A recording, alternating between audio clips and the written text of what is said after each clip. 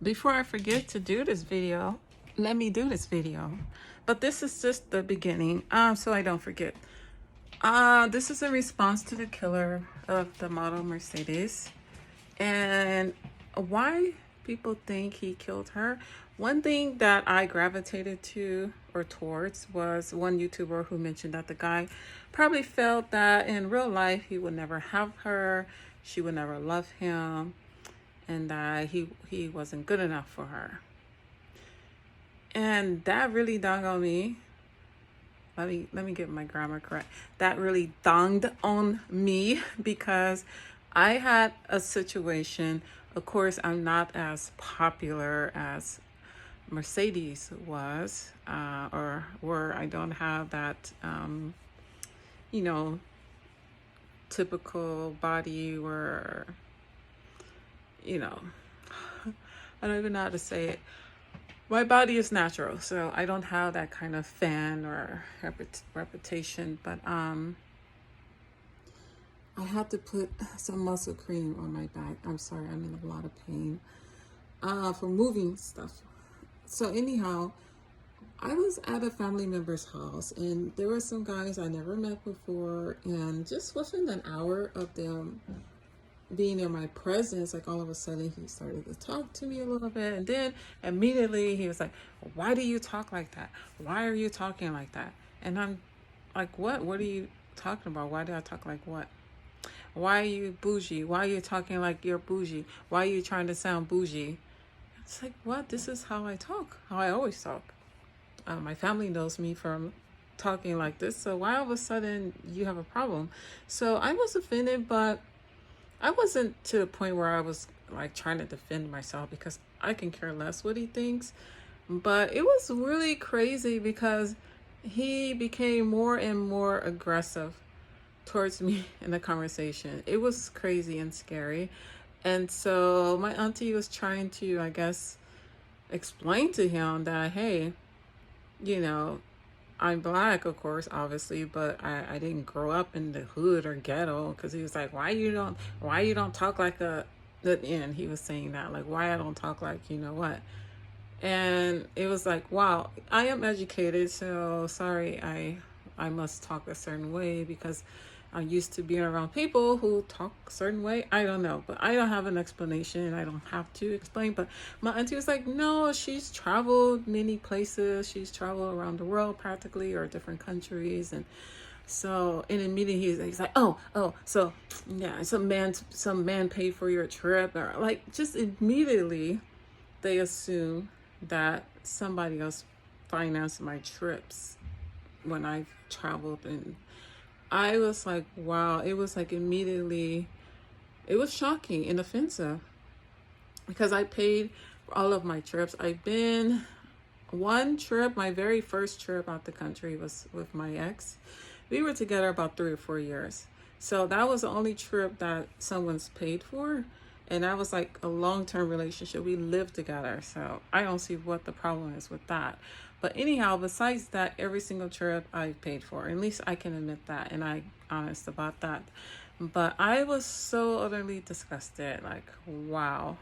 Yeah, and that was I think the first trip was something that really, it was so good, because I think since then I was like, I fell in love with traveling. Like, I don't think I really traveled before like that, not like internationally, but after that I started traveling on my own, like years later after we had broke up. But after we had broken up.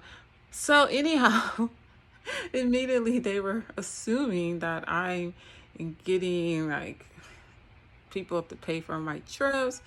And then they started saying like all these crazy things that were so, and then I started to think later on, like, why he was so offensive and angry towards me.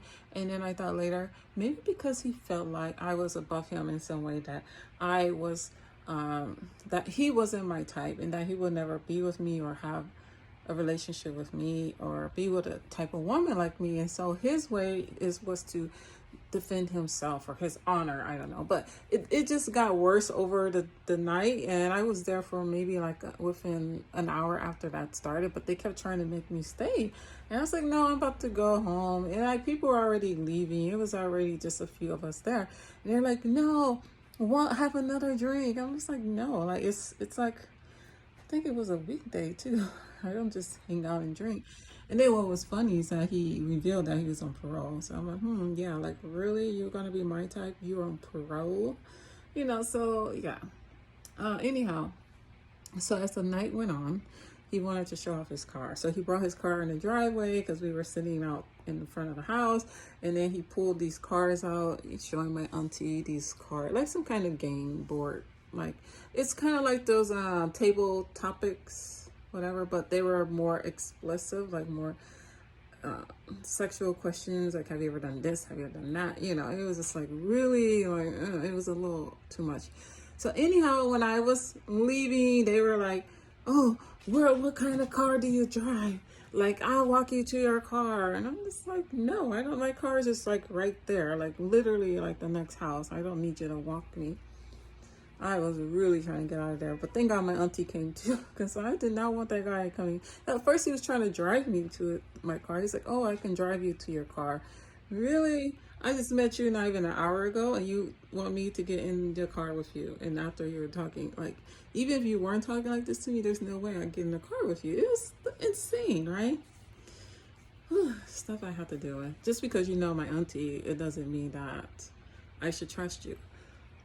So, okay, they walk me to my car, and immediately they see I'm driving a Prius. And then he starts laughing, pointing like, I guess his mammy didn't teach him any manner. He's like, oh, you driving a Prius, and you acting like this, like you bougie, and you should be driving something nicer like a Mercedes or something like stupid. Oh, you're an environmentalist, and that, you know. It was just unbelievable. And because he has this, I guess a so-called newer Mercedes, which is really no big deal because my son actually has the same car. And I was driving it just a month before. So, and my daughter has the Maserati. So it doesn't matter. Anyone can drive a nice car. I could too, actually, if I want to. But when I was younger, I had the Mercedes, the Lexus, but now I have different goals and things that are more important to me than the material things. So that also tells you it's immature.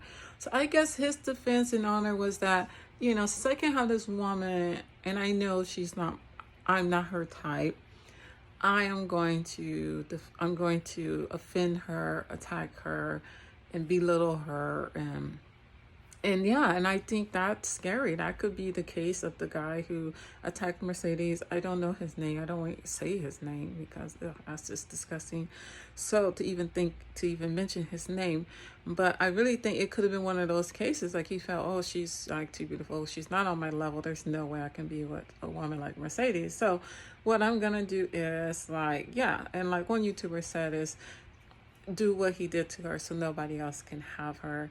And that's scary because when I was outside in front of my aunt's house, the other guy and my aunt went to inside the house. I guess she put away something because she was eating. And I guess she went to put away her plate. And so the guy went with her and was talking to her. The one who was saying, oh, you're bougie. His friend stayed outside, I think because he was smoking and killing me with his cigarette. And then he kept trying to get closer to me and talking. And then one minute he started to touch my hair. And I was like, boy, I pushed him away. Like, what the hell? So you're going to like, you know, try to like molest me, sexual assault me? Like, what the hell is this?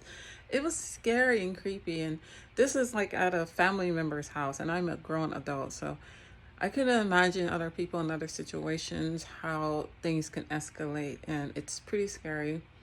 So yeah, I never put myself in a situation actually when I would where I would be with a man alone that especially I don't feel safe and comfortable with in any settings, even professional setting.